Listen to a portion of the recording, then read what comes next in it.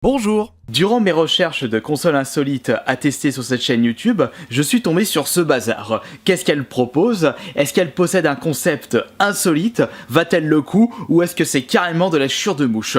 On va répondre à toutes ces questions à travers cette vidéo. Vous regardez la chaîne YouTube Kirby54. Laissez-moi vous présenter le Rio Swing Golf, qui est tout simplement une petite machine qui va enregistrer votre force de frappe et l'intégrer dans le jeu de golf fourni avec. Et pour ce faire, vous allez avoir besoin de ce deuxième accessoire, qui est tout simplement un club de golf. Certes, beaucoup moins grand qu'un vrai club de golf, 2 à 3 fois plus petit, mais ça convient parfaitement pour cette petite machine. Et en parlant de ce club de golf, on n'a pas le droit à du full plastoc. Certes, le bout est en plastique, mais le reste est très solide. On a même le droit à un joli petit design. C'est un accessoire qui est plus axé pour les adultes plutôt que pour les enfants. Je vois très mal cet accessoire adapté pour les enfants, sachant que c'est très solide et qu'ils peuvent vite se blesser ou alors détruire la télé s'ils ne sont pas accompagnés d'un adulte. Cet accessoire est sorti en 2004. Donc en 2004, on a eu le droit à plusieurs Tiger Woods sur PS2, GameCube. 2 ans plus tard, ce sera la sortie du très célèbre Wii Sport intégrant un jeu de golf.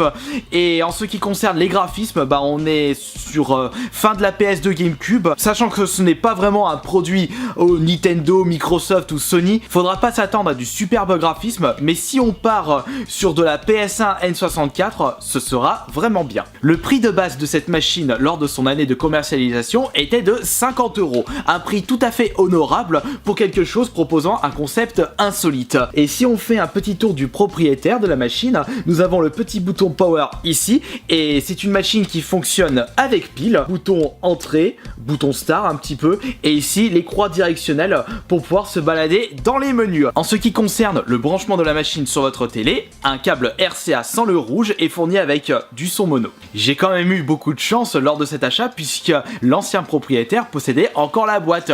Je n'avais pas vraiment envie de vous le montrer tout de suite car au vu de son état, ça relève du miracle.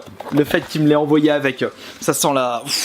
Oh, ça sent le renfermé, le grenier, le garage, ça a dû traîner au fin fond dans un coin de chez lui. Et il avait même également conservé les notices, mais des notices qui ont également pris pas mal d'humidité. Sachant qu'il n'y a qu'un petit capteur de force, quelques boutons et un câble RCA sans le rouge à brancher sur la télé, je ne pense pas que le jeu soit si bien compliqué à utiliser. Après tout, il suffit juste d'observer les jeux de golf ou les golfeurs professionnels à la télé pour savoir jouer au golf. Faudrait que je songe à arrêter de sortir autant de conneries dans une vidéo. Enfin bon, trêve de plaisanterie, allons tester ce Rio Swing Golf de chez Connect TV. On va voir si je suis aussi bon sur ce jeu que sur Tiger Woods. À moi les Holy One. Et puis même si cette machine n'est pas si top que ça, je n'ai pas l'intention de la balancer, sachant qu'elle propose un concept tout à fait original. Mais j'espère que les capteurs de la console vont faire leur taf. Naturellement, notice abîmée, boîte défoncée, j'ai pas envie de garder ça. On va mettre la petite machine à peu près au milieu de la pièce, pas trop près de la télé ni trop loin. On va brancher du coup le câble RCA sans rouge sur mon convertisseur HDMI RCA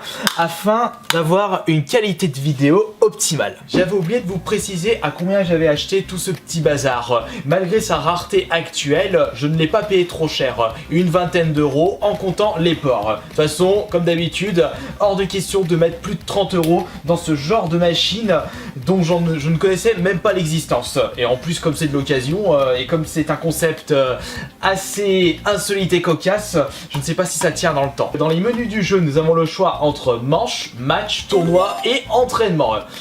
Ah zut, comme par hasard, attendez, reviens en arrière. C'est vrai que lorsque vous passez le club au-dessus du capteur, le capteur enregistre comme si c'était une action. Puis manche, ça doit être un stroke play, donc vous êtes tout seul et vous essayez de faire le score le plus négatif possible. Match contre une personne, tournoi avec plein de monde et je n'ai pas envie de me lancer là-dedans, sachant que je découvre le bazar. Et entraînement, on va éviter de passer par la case noob à 100%. On va faire un petit stroke play, manche. Je suis tout seul et on a le choix du nom, Bobby, Trina, Rosa, Kevin, Ethan, mais ça change pas grand chose. On va s'appeler Kevin. Et on dirait que le jeu démarre. Bon, Comme vous pouvez le constater, ce n'est pas vraiment de la N64, de la PS1, ni même de la PS2. On a plus l'impression de voir un mélange entre de la NES et de la Super Nintendo. Ce n'est pas le plus important dans cette vidéo pour les graphismes, même si on aurait préféré voir quelque chose de plus beau.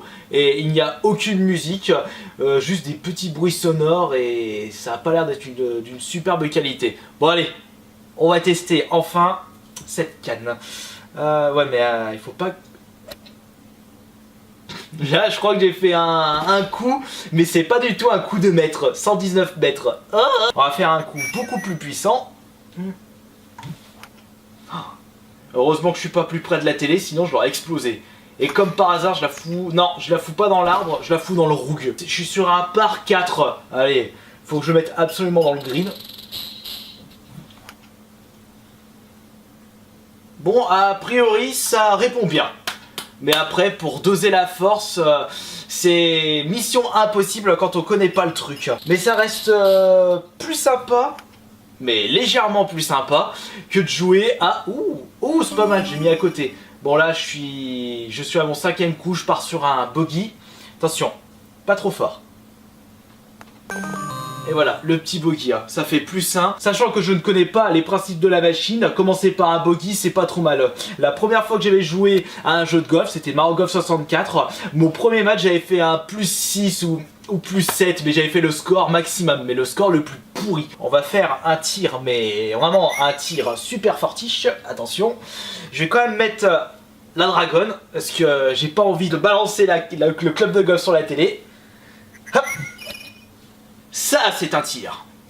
Je fais même pas les 250 mètres avec ce tir. Pourtant, j'ai... Bon, on va y aller à la mode Donkey Kong, c'est-à-dire en une main, pour ceux qui jouent à Mario Golf. Je l'ai même pas mis dans le green, je l'ai mis vraiment à la limite du green. Je suis à la bordure. Attention.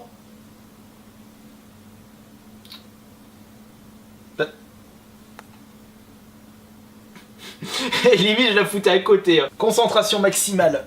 Vas-tu réussir?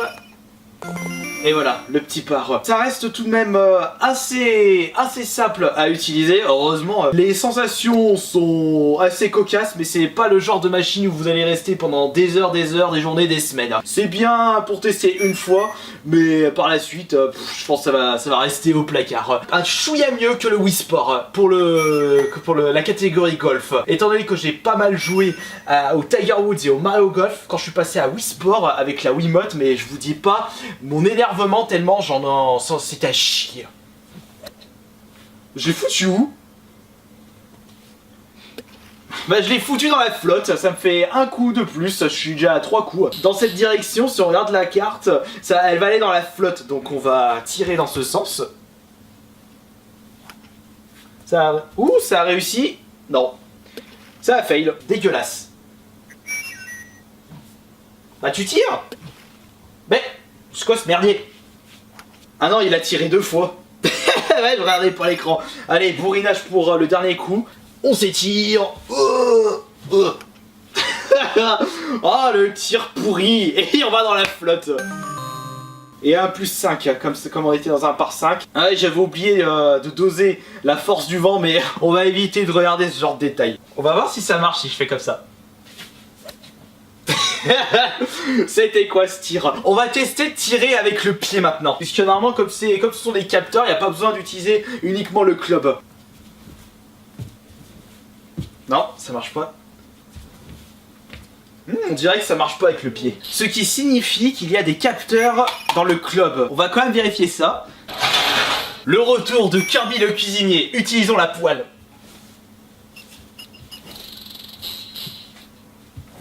Non, donc ce qui signifie qu'il y a comme des petits capteurs.